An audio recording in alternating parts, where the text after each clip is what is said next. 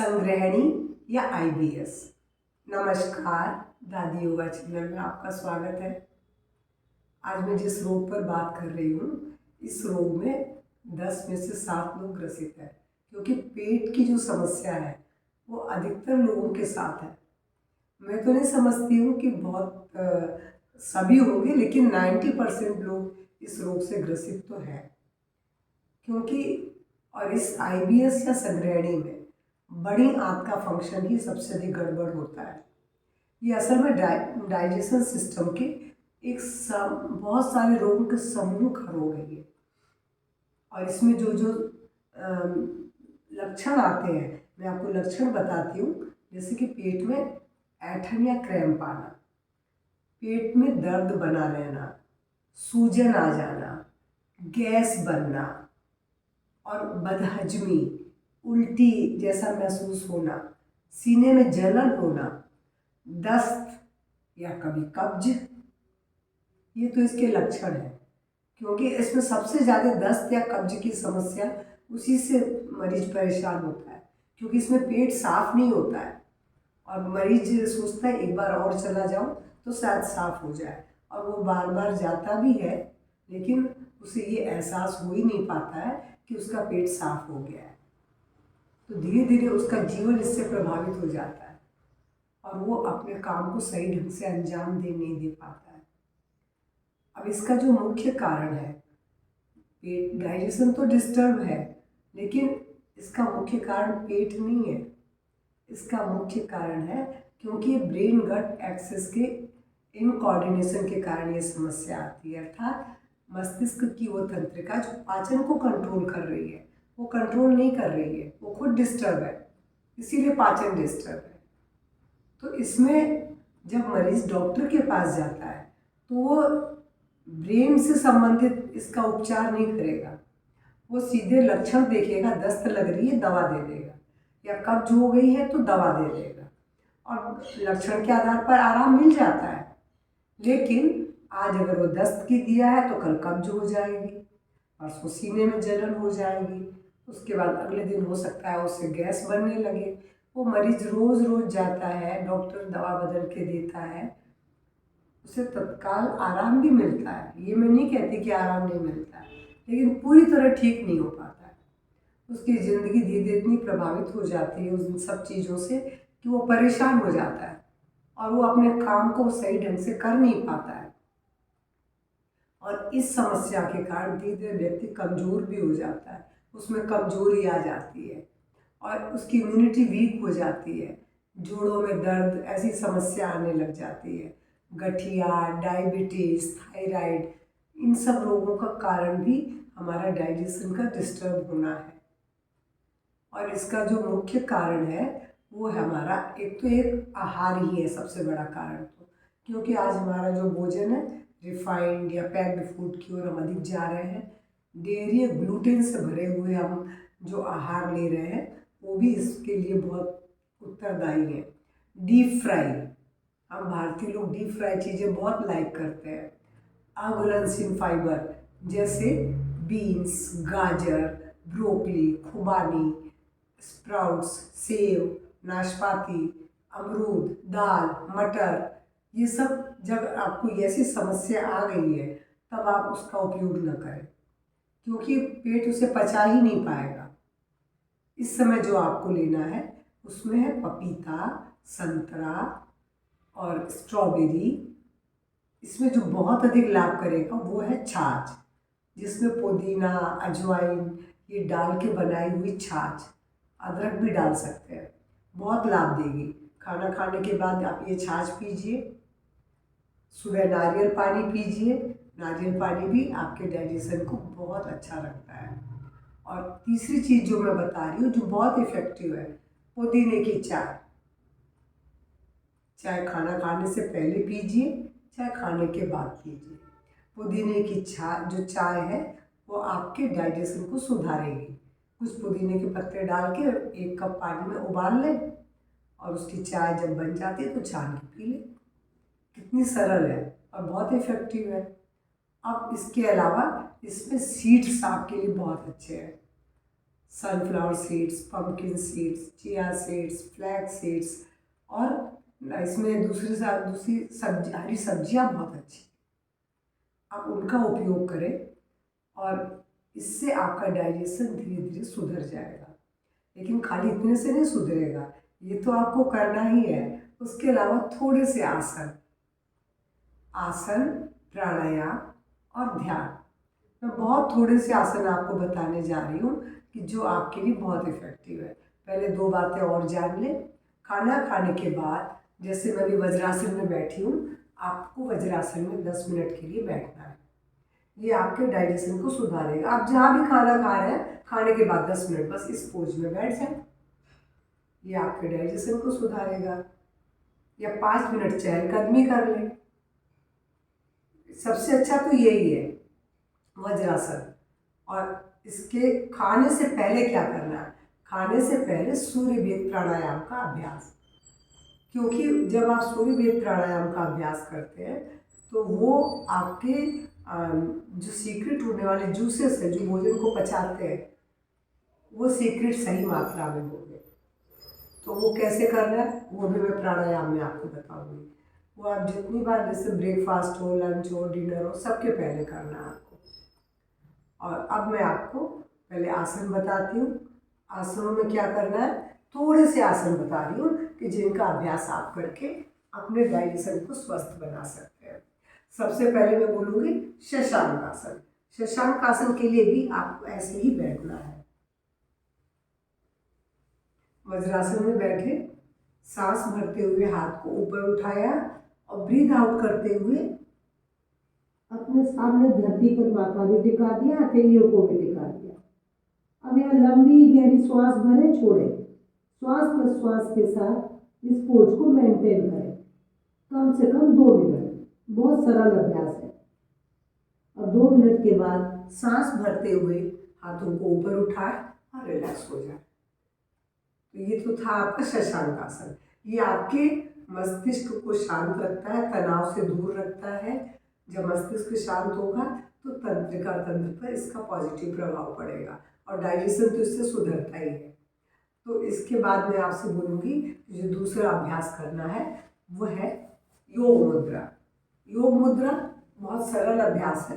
देखिए, होता तो ये पद्मासन में है। अगर आप पद्मासन में नहीं कर सकते तो कोई बात नहीं, आप क्रॉस लेग में कर लें, करें जरूर। दोनों हथेलियाँ एक के ऊपर एक, हथेलियों को ऐसे टिकाए कि पूरा डाइजेशन सिस्टम इससे कवर हो जाए।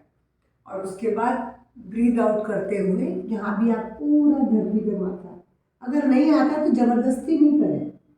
और इस पोज में यहाँ भी श्वास प्रश्वास लंबी गहरी लेते हुए 2 मिनट के लिए पोज में रुके और सांस भरते हुए धीरे से 2 मिनट के बाद सीधे हो जाए।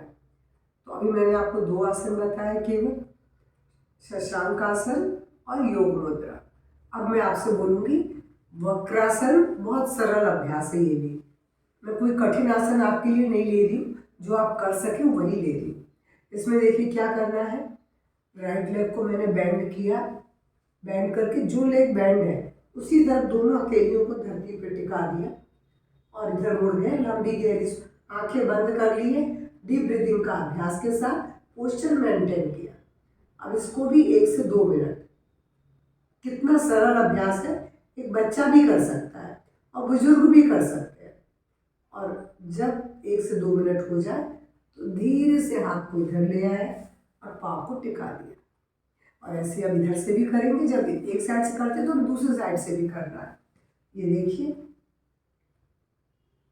श्वास प्रश्वास के साथ पोस्चर मेंटेन, 1 से 2 मिनट तक लगातार लंबी गहरी श्वास लेंगे, छोड़ेंगे। क्योंकि श्वास प्रश्वास से पेट के इंटरनल ऑर्गन की मसाज होती है, जिससे वो रक्त का संचार बढ़ता है और शरीर के अंदर के ऑर्गन में एक कोऑर्डिनेशन बनता है। तो ये आपका, मैंने आपको भी 3 आसन बताया। 3 आसन के बाद मैं आपको बोलूँगी गोमुख आसन। ये आसन ऐसा नहीं खाली डाइजेशन को ही हेल्दी रखते हैं, ये आपके और ऑर्गन को भी हेल्दी रखते हैं। पूरे शरीर में इनका बहुत अच्छा प्रभाव पड़ता है। अभी देखा, जो पाँव पहले नीचे मोड़ा था वो तो हिप के नीचे आ गया मेरे, और दूसरा एड़ी बिल्कुल हिप को टच करके रहे। अब जो घुटना ऊपर है वही हाथ ऊपर से पीछे जाएगा, दूसरा इधर से, और मैंने एक दूसरे को फिंगर से, उंगलियों से पकड़ लिया है। अब यहाँ आंखें बंद करके हम लंबी गहरी सांस लेंगे, छोड़ेंगे। श्वास प्रश्वास के साथ पोस्चर को मेंटेन करेंगे। कंधे पीछे की ओर खींचे हुए हैं और 1 से 2 मिनट के बाद फिर से सांस छोड़ते हुए रिलैक्स हो जाए। अब दूसरी तरफ से इसी पोज को बनाएंगे। अब देखिए ये घुटना ऊपर आ गया है तो ये हाथ गया। अब देखिए पीछे से मैं इसको थाम भी रखी, ऐसे थाम लेंगे, कंधे को पीछे खींच लेंगे और लंबी गहरी सांस लेंगे। सांस भरी, सांस छोड़ी, और वही 1 से 2 मिनट इस पोज में भी रुकने के बाद, वैसे तो देखिए 2 मिनट रुकना पड़ेगा, 2 मिनट रुकेंगे तो बहुत अच्छा इफेक्ट आएगा। और इसके बाद जो आपको करना है, लेट के करना है एक अभ्यास, पवन मुक्त आसन। मैं सिर्फ आपको जो बहुत महत्वपूर्ण, डाइजेशन के लिए सरल भी है, महत्वपूर्ण है, वही अभ्यास बता रही हूँ। इसमें आपको बस ऐसे करके ऐसे कर लेना है और लंबी गहरी सांस लेना है, छोड़ना है। यहाँ भी 1 से 2 मिनट आपको रुकना है। अगर आप अधिक रुकेंगे तो अधिक लाभ मिलेगा, ये आपके ऊपर है। और गर्दन ऊपर रखने में तकलीफ होती है तो गर्दन को यहाँ टिका दें और लंबी गहरी सांस ले, छोड़ें। है तो बहुत सरल। अब ये आपके ऊपर है कि आप इतना कर पाते हैं कि इतना कर पाते हैं, ये आपके ऊपर है। मेरे लिए तो ये भी सरल है, तो वो आप अपनी क्षमता के अनुसार रुके और फिर सांस भरते हुए रिलैक्स हो जाएंगे और आधे मिनट रेस्ट लेके प्राणायाम के लिए बैठ जाएंगे। प्राणायाम हमारे मस्तिष्क को, प्राण के आयाम को अच्छी तरह पूरे शरीर में फैलाता है। प्राणायाम का अर्थ भी यही है, प्राणस्य आयाम, यानी हमारी उस ऊर्जा को आयाम माने विस्तारित करता है पूरे शरीर में, जो कि वहाँ मंद पड़ गई है। पेट में हमारे जो प्राण का संचार कम होने के कारण ही ये रोग हो रहा है। तो अब हम प्राणायाम में क्या करेंगे? प्राणायाम में सबसे पहले तो मैं बोलूँगी कपालभाति का अभ्यास। कपालभाति, उसके बाद सूर्य भेद जो मैं आपको करके दिखाऊंगी, जो आपको तीनों भोजन के पहले करना है। और उसके बाद अनुलोम विलोम, जो आपके नर्वस सिस्टम को हेल्दी रखने के लिए, ताकि वो तंत्रिका स्वस्थ हो जाए और डाइजेशन को सपोर्ट करे। और उसके बाद मैं बोलूँगी डीप ब्रीदिंग। तो मैं आपको एक एक करके सब कुछ बता रही हूँ। सबसे पहले कपालभाति। मैं पद्मासन में बैठती हूँ, आप वज्रासन में बैठिए, सुखासन में बैठिए, बस पीठ सीधी हो, आंखें बंद हो, इतना ध्यान आपको रखना है। और डाइजेशन की मुद्रा बना के बैठे। ये डाइजेशन की मुद्रा है, ये डाइजेशन को स्वस्थ रखती है। 2 फिंगर्स बिल्कुल स्ट्रेट है, हथेलियाँ आसमान की ओर होंगी, आपकी जो कलाई है वो घुटनों पर टिकी हुई हो।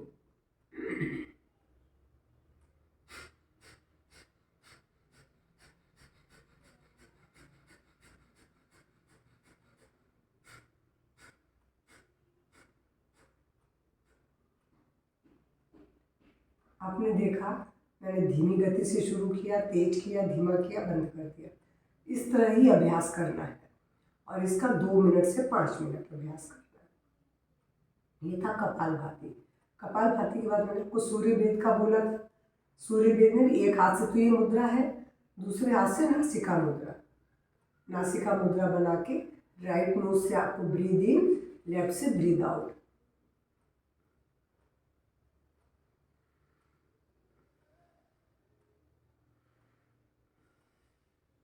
यानी हर श्वास आपको राइट से लेनी है, लेफ्ट से नहीं लेनी है।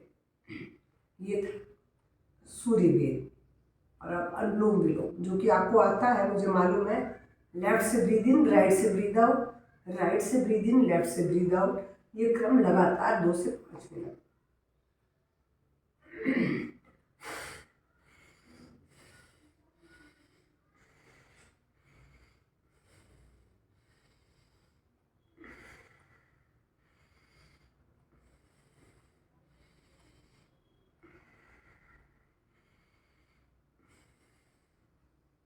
अनुलोम विलोम। और इसके बाद मैंने आपसे बोला डीप ब्रीदिंग। डीप ब्रीदिंग में जब भी सांस भरेंगे पेट ऊपर आएगा, सांस छोड़ेंगे पेट अंदर। श्वास की इस स्थिति को देखते हुए आपको डीप ब्रीदिंग करनी है। मुद्रा आपकी यही होगी। इसी मुद्रा में लंबी गहरी श्वास भरें, छोड़ें।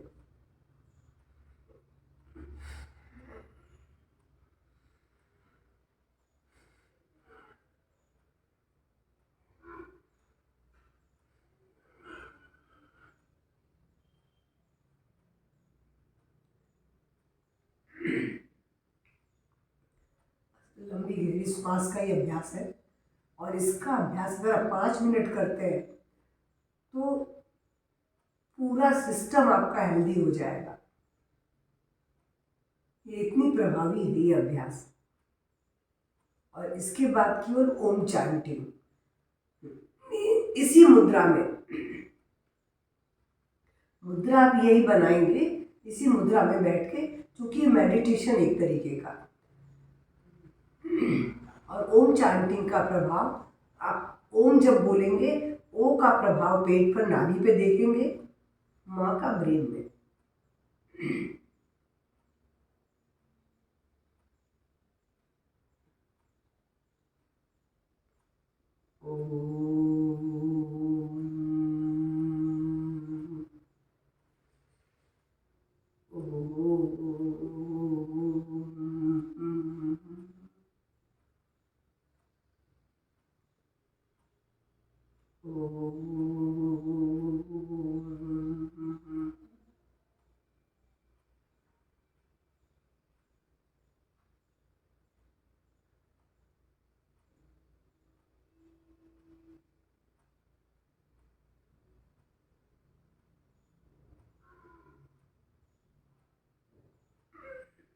अधिक अच्छा हो कि इसका अभ्यास आप मन में करें। मन में करेंगे तो धीरे धीरे आप बिल्कुल शांत हो जाएंगे और वो सही मेडिटेशन वही होगा। तो ये छोटा सा अभ्यास जो आज मैंने बताया, संग्रहणी या फिर आपके IBS का पूरा उपचार है। अगर मेरा वीडियो पसंद आए तो प्लीज़ लाइक शेयर करेंगे और पेट की हर समस्या से मुक्त होने के लिए इन अभ्यासों को जीवन में अपनाएंगे। नमस्कार, धन्यवाद।